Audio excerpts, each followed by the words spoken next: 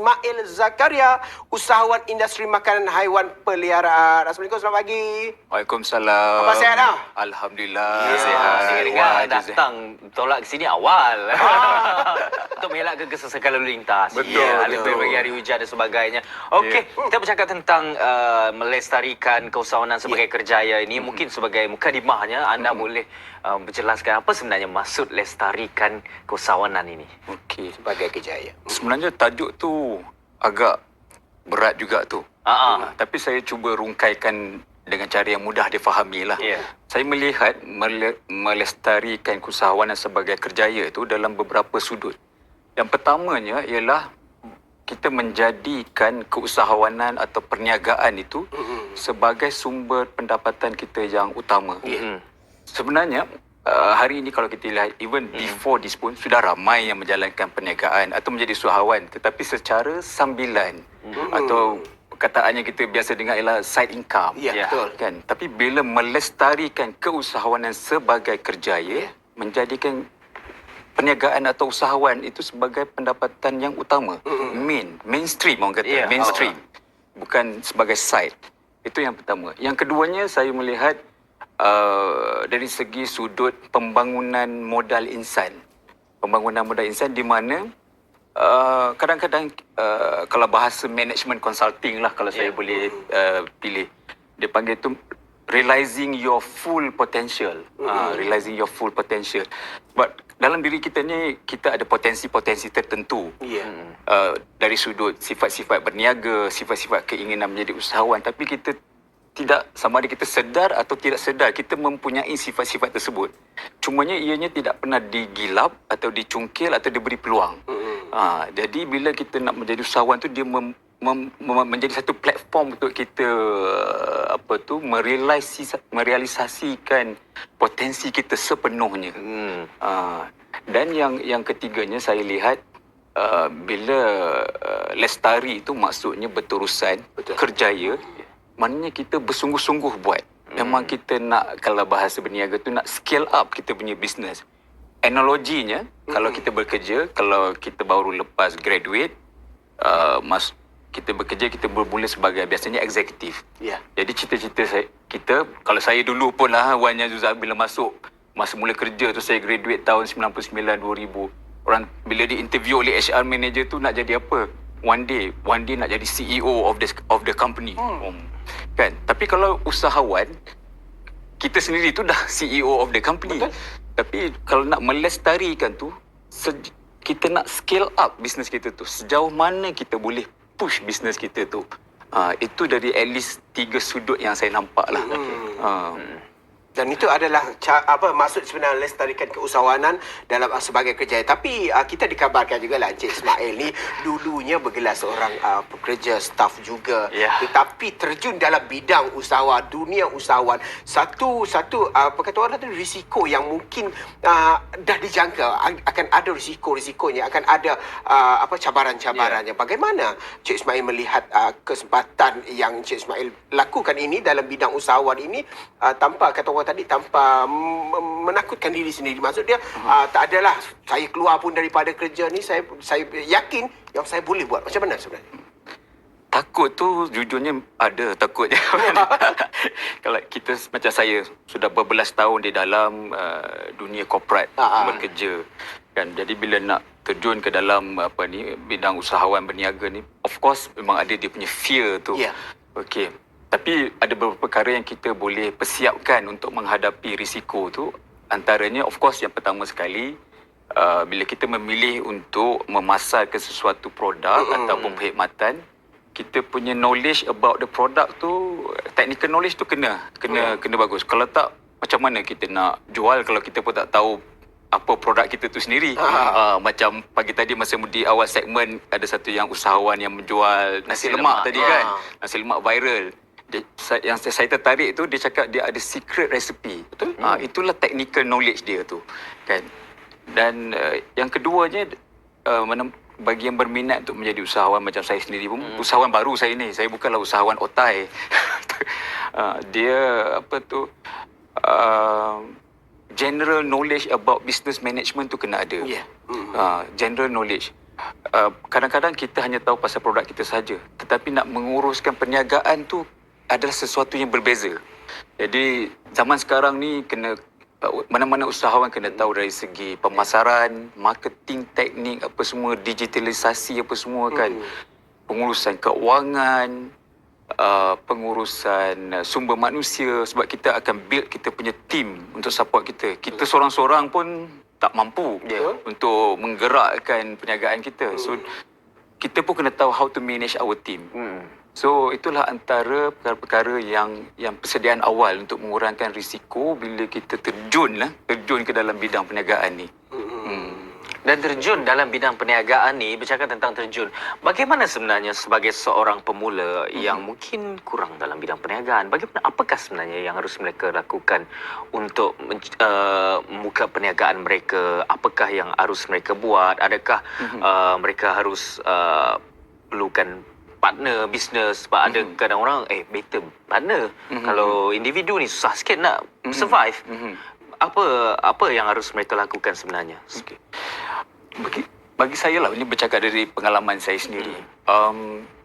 Yang pertama sekali tu, business idea tu, apa yang kita nak tonjolkan atau keluarkan di pasaran, apa dia? Sama ada produk ataupun servis perkhidmatan. Dan produk atau perkhidmatan tu mesti something yang diperlukan oleh pelanggan di luar sana. Dan dia juga mesti relevan. Kita tak nak keluarkan satu produk ataupun perkhidmatan yang shock sendiri. Mungkin kita rasa benda tu bagus. Kan produk kita bagus, servis kita bagus. Tetapi bila kita keluarkan di pasaran, sambutannya kurang. Sebab kita pun tidak betul-betul mengenali apa yang diperlukan oleh pelanggan-pelanggan kita di luar sana. Macam saya dalam industri makanan haiwan, ianya satu industri yang sangat kompetitif. Banyak sangat produk-produk di luar sana. Dan kebanyakan produk-produk di luar sana tu adalah datang daripada luar negara. Yang mempunyai kualiti standard yang sangat tinggi. Jadi macam saya dan rakan kongsi saya, untuk membuat satu produk nak compete orang kata dengan mereka ni, kita kena buat satu kelainan inovasi. Itu bagi saya yang pertama sekali, business idea. Lepas tu macam mana kita nak merealisasikan business idea tu. Of course salah satunya rakan kongsi memang diperlukan.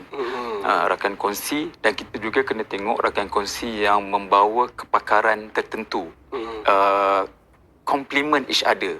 Macam kepakaran saya lebih dalam bidang finance, investment. Jadi saya akan cari rakan kongsi yang strong dalam technical knowledge untuk produk berkenaan. Dan juga saya bukan orang marketing, saya ni tak pandai marketing. Jadi kita pun partner orang yang pandai dalam bidang marketing.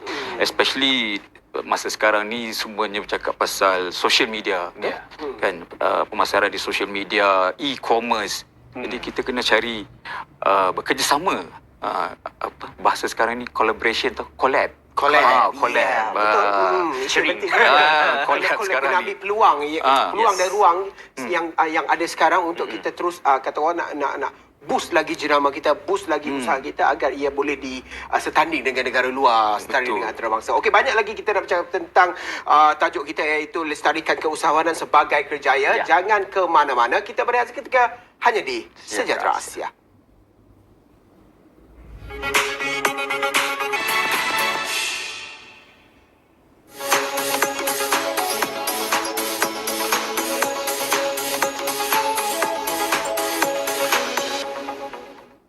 Kembali lagi dalam Sejahtera Asia, betul-betul Sejahtera Asia. Kita dah masuk second half dalam topik kita, iaitu keusahawanan, lestarikan keusahawanan dalam bidang kerjaya. Kita ada plan nak jadi usahawan ke, Master? Kami memang ada plan, kami nak buka plan besar sebenarnya, megahul tinggi. Saya dah lah. Okey. Belakang bercakap tentang topik kita, masih lagi dalam topik yang sama dengan Cik Ismail. Okey. Bila kita membuka perniagaan, pastinya kita akan berdepan dengan risiko kerugian dan sebagainya. Namun, apa sebenarnya yang mungkin anda boleh kongsikan kepada penonton kita dalam kalangan peniaga-peniaga ini? Apa sebenarnya strategi-strategi yang mereka boleh terapkan dalam memastikan untuk mengurangkan risiko kerugian itu dan keluar daripada risiko kerugian itu? Okey. Memang betul kita nampak Ya. selepas COVID-19 ramai yang sama ada diberhentikan kerja atau terpaksa berhenti kerja disebabkan environment, dan kita kena adapt dengan environment itu. Jadi ramai kita lihat yang mencuburi bidang perniagaan, menjadi usahawan apa semua. Saya sendiri pun mencuburi perniagaan ni pun semasa zaman COVID itu sendiri. Ya. Okey. Jadi bercakap berdasarkan pengalaman saya, untuk kita terus kekal mengurangkan risiko perniagaan, bagi saya inovasi itu sangat penting. Inovasi. Apa-apa yang kita nak keluarkan kepada market, kepada pasaran, innovation itu sangat penting. Ya. Dalam bahasa simpelnya, kelainan produk atau perkhidmatan kita daripada pesaing kita. Okey. Kita tidak boleh, orang kata, menghapuskan persaingan, kecuali kita dalam bisnes monopoli lah. Macam saya dalam bisnes makanan haiwan peliharaan, pet product, sangat-sangat kompetitif, sangat-sangat kompetitif. Jadi produk kita tu mesti ada nilai-nilai inovasi, dan juga nilai inovasi kita tu jika dibandingkan dengan pesaing kita, jurang dia agak kena ada jurang yang selesa. Kalau inovasi sahaja, tapi jika dibandingkan dengan produk pesaing, sangat dekat. Jadi dia risikonya tinggi. Jadi kita kena buat satu produk yang betul inovasi, dan dia jauh, dia punya jurang persaingan dia agak besar. Jadi kita, orang kata, boleh sentiasa di depan. Kalau macam kita masuk F1 lah kononnya kan, kita nak duduk depan aja. Jadi dengan yang nombor 2, nombor 3 tu, biar dia jarak dia jauh. Kalau dekat sangat, silap-silap tang corner tu dia potong kita. Tang corner potong. Tang corner potong kita. Kita tak bagi dia potong, tapi dia nak potong Dia juga. nak potong juga. Jadi cara dia, jangan bagi dia senang nak potong. Yes. Kita kena duduk jauh di depan, biar dia kejar kita di belakang. Saya bagi analogi macam itulah. Okey. Inovasi dan melebarkan jurang tu dengan pesaing kita. Dan bercakap tentang inovasi, kadang-kadang ada setengah juga stigma yang mengatakan bahawa peniaga-peniaga tempatan yang merasakan nak keluar daripada inovasi ni tak payahlah, sebab mereka berada di comfort zone. Sebagai contohnya, kita berdepan dengan digitalisasi. Kita tahu bahawa kita pergi saja ke peniaga-peniaga runcit atau sebagainya. Mungkin ada setengah peniaga ini, mereka mengatakan digitalisasi ni satu membebankan kepada mereka. Mereka perlu belajar lagi knowledge nak buat itu, nak buat digitalisasi. Apa pendapat anda mengenai isu tersebut? Okey. Bagi saya, digitalisasi ini, nak tak nak, kita kena embrace. Betul. Kalau bahasa Melayunya apa ya? Itu bahasa Melayu. Kalau Sarawak, mau si mau. Okey. Mau si mau. Kena di-embrace tu. Nak tak nak, tak kira peringkat umur, muda ke, kalau orang cakap pasal digitalization ni, orang-orang muda saja. Yang berumur pun, macam saya pun, yang nak masuk 50 ni pun, kalau dulu, saya tak, 3-4 tahun sudah, saya tak ada pun Facebook account, Instagram account apa semua. Baru bila dah berniaga ni, dan kita lihat digitalisasi ni adalah satu platform yang sangat memberi faedah yang besar dari sudut pemasaran. Betul. Dan juga dari segi engagement dengan potential customers kita. Jadi nak tak nak, saya pun sendiri, pengalaman saya sendiri pun kena belajar. Sekarang ni dah pandai lah sikit post IG story ke tu, belajar daripada isteri saya dengan jadi tak kira usia, tak kira background, sama ada kita ni ijazah ke apa ke, umur. Memang sekarang ni salah satu cara untuk yang sangat berkesan dan cepat untuk melonjakkan perniagaan kita ialah embracing digitalization ni. Dan juga dengan adanya e-commerce e-commerce marketplace ni sangat-sangat membantu mana-mana usahawan yang mengeluarkan produk. Of course produk tu kena bagus lah. Betul. Kita tak nak juga produk tu viral sekejap saja. 3-6 bulan viral tetapi tidak mampu bertahan lama. Itu yang dia jadi risiko kerugian tu.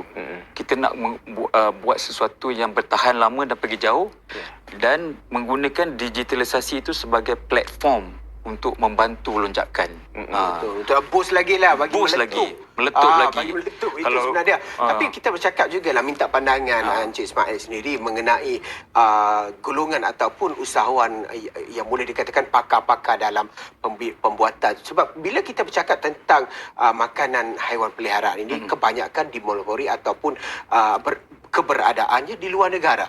Dan kenapa di Malaysia khususnya, adakah belum mampu ataupun tidak ada yang setanding dengan hasil ataupun produk-produk yang boleh berjamin kualitinya di semenanjung di luar negara, ataupun ada sebenarnya cuma kuantiti ataupun tenaga je kecil. Saya sendiri pun berdasarkan pengalaman saya bila mahu mengeluarkan produk peliharaan pet product ni, pandangan saya lah berdasarkan market study yang saya buat, food technology ni atau pet food technology, teknologi makanan haiwan peliharaan, kalau di Malaysia ni masih kurang lagi, sangat kurang berbanding dengan negara jiran kita. Berbanding dengan negara jiran kita yang tak jauh, memang jiran sebelah sahaja, di mana mereka merupakan pengeksport, negara pembuat dan pengeksport makanan haiwan peliharaan kelima yang terbesar di dunia. Dan mereka mempunyai banyak kilang yang mempunyai teknologi yang tinggi untuk menghasilkan produk-produk yang orang kata international standard. So di negara kita ni masih kurang lagi. Masih kurang lagi. Saya tidak pasti adakah kerana kurangnya tenaga pakar, ataupun dari segi modal, ataupun mungkin ianya belum terdedah lagi. Cuma kita nampak dalam 2-3 tahun ini sudah mula ada produk tempatan yang dibuat di Malaysia sendiri, yang mempunyai kilang di sendiri. Dan saya lihat itu satu perkembangan yang sangat positif lah. Sangat positif. Tetapi saya rasa masih lagi jauh berbanding dengan negara jiran kita, dan banyak lagi kerja yang perlu dibuat untuk sampai ke tahap itu. Jadi bagaimana sebenarnya langkah yang mungkin boleh dilakukan oleh usahawan-usahawan di luar sana untuk membawa produk mereka ke peringkat antarabangsa? Apakah? Adakah dari segi promosi ke ataupun bagaimana? Bagi saya lah, Juzak, first and foremost, pertamanya sekali, produk kita itu mesti orang kata international class. Mesti international class. Sebab kita nak keluar negara kan. Kita nak keluar negara. Jadi orang negara tu pun bila dia tengok ni produk dari pengusaha Malaysia. So dia kata ini barang import. Jadi barang import ni orang nak beli pun mesti ada certain class dia. Bahasa simpelnya lah. Jadi kelas di sini bermaksud kualitinya, dia punya packaging dia mesti ada international look. Supaya orang tak kata ini produk daripada mana ni, atau pembuatan daripada mana. Jadi saya fikir itu yang first kali. Kan? Dan bagaimana kita menghasilkan sesuatu produk itu pun kadang-kadang setengah customer tu pun akan tanya juga, you buat di mana, you kilang you macam mana, apa semua. Ada certain international standards ke kan? Jadi mereka akan bertanya tentang perkara itu. Jadi accreditation dia panggil tu. Accreditation daripada macam contohnya kalau manufacturing ada GMP, ada BRC dan semua tu perlu. Kalau kita nak masuk bertanding di peringkat antarabangsa, produk kita tu first mesti bagus. Dan yang keduanya, macam saya sendiri, perniagaan yang saya jalankan bersama dengan rakan kongsi saya ni pun, kita sebenarnya baru lagi. Tapi Alhamdulillah setakat ni sudah masuk ke Singapura dan Brunei. Dan kita pun sedang mengintai-ngintai peluang untuk masuk ke Indonesia dan Timur Tengah. Jadi saya sendiri pun, kita macam ni lah. Tengah belajar juga macam mana nak masuk. Produk kita Alhamdulillah is international punya level. Tapi of course nak masuk satu tempat tu, kita marketingnya macam mana, distribution network. Jadi rakan kongsi di satu negara itu pun Penting juga. Penting, sebenarnya sangat penting. Dia memainkan peranan sebab itu bukan kampung kita. Betul, itu rumah orang tu. Rumah orang. Kena ikut adat dia lah masuk. Kena ikut adat. Nak ketuk pintu kan, bukan boleh main terjah saja masuk. Betul. Masuk kandang kami mengemek, masuk kandang rimau mengau. Betul? Mengau. Okey, bercakap tentang anak belia, golongan muda ni, kita tahu bahawa kadang-kadang golongan muda ni cenderung untuk masuk ke terjerumus dalam ekonomi gig dan sebagainya. Memandangkan gig ekonomi pun juga berkembang dan sebagainya. Dan ada kata-kata yang mengatakan lebih baik mencari kerja daripada kita nak buka perniagaan sebab risikonya harus ditanggung oleh sendiri. Tapi bagaimana anda melihat trend keusahawanan pada masa kini dalam kalangan anak muda? Adakah ia meningkat ataupun mendatar ataupun bagaimana sebenarnya? Dari pengamatan saya lah, kalau generasi muda sekarang ni agak lebih cenderung, lebih open untuk menceburi bidang perniagaan dari usia muda lagi. Dari usia muda lagi. Tak semestinya selepas graduate itu terus menjadi usahawan atau membuka perniagaan. Tetapi selepas 3-4 tahun bekerja, sudah ada kecenderungan. Sudah ada kecenderungan. Kalau saya ni, kalau zaman saya ni, pendedahan untuk menceburi bidang lain itu kurang. Kurang. Macam saya pun masuk berniaga ni dah 4 series dah. Baru terdedah. Orang terberani nak mencuba. Tapi saya lihat sekarang anak-anak muda sekarang lebih berani. Lebih berani. Mungkin sebabkan gig ekonomi itu sendiri. Dan anak muda sekarang ni saya nampak dia suka, dia nak freedom, kebebasan, dia nak berani mencuba. Mungkin mereka tidak rasa ingin terikat dengan mana-mana organisasi dan sebagainya. Mereka lebih suka untuk fleksibel, untuk mencari... Tak kata orang tadi, tak nak turun awal pagi je. Saya sendiri pun dah penat dengan Kalau jadi usahawan ni, dia lah bos, dia lah CEO. Dia nak turun betul. jam berapa boleh. Tapi yang penting disiplin lah sebenarnya. Kita nak tanyalah sebagai penutup bicara kita pada pagi ini, harapan dan juga pesanan Encik Ismail sendiri kepada usahawan, golongan usahawan ni mungkin yang baru berjinak-jinak ataupun usahawan yang masih lagi, kata orang Sarawak, terkiai-kiai maksud dia, tercari-cari peluang yang ada. Pesanan kepada mereka? Okey, kalau beberapa pesanan lah ini berdasarkan pengalaman saya, ialah satunya terus mengintai peluang. Terus mengintai peluang. Sebab peluang macam-macam yang datang. Tapi kita pun tidak tahu mana yang sesuai dengan kita. Terus mencari dan mencari, sama ada melalui networking, pembacaan, sama ada baca digital di internet apa semualah. Kan. Jadi terus mengintai peluang. Dan peluang perniagaan tu dia bukan datang dalam masa sebulan, 2 bulan. Oh, nak berniaga next month juga nak buka bisnes. Kadang tu dia ambil setahun, 2 tahun. Sebab kita mencari yang betul-betul kita rasa sesuai dengan kita. Dan bila kita jumpa sesuatu yang kita rasa sesuai dengan kita, terus grab. Jangan bertangguh-tangguh lagi. Sebab peluang yang baik tu dia datang sekali sekala. Kalau lambat dia hilang. Bye-bye. Orang sebelah yang ambil peluang tu. Terima kasih kepada Encik Ismail Zakaria, merupakan seorang usahawan industri makanan haiwan peliharaan, di atas perkongsian topik kita, lestarikan keusahawanan sebagai kerjaya. Okey, itu saja untuk edisi hari ini, hari Isnin. Semoga perkongsian sebentar saja tadi dapat menjadi inspirasi kepada anda peniaga-peniaga di luar sana. Semoga anda juga dipermudahkan segala urusannya pada hari ini. Apa-apa yang anda lakukan, kita doakan yang terbaik untuk anda. Saya Juzik. Dan saya On Alif, Sejahtera Asia melabuhkan tirainya. Saya ucapkan terima kasih. Assalamualaikum dan juga Bye-bye. Daripada inspirasi, kami cetuskan inovasi. Jumpa lagi, ingat.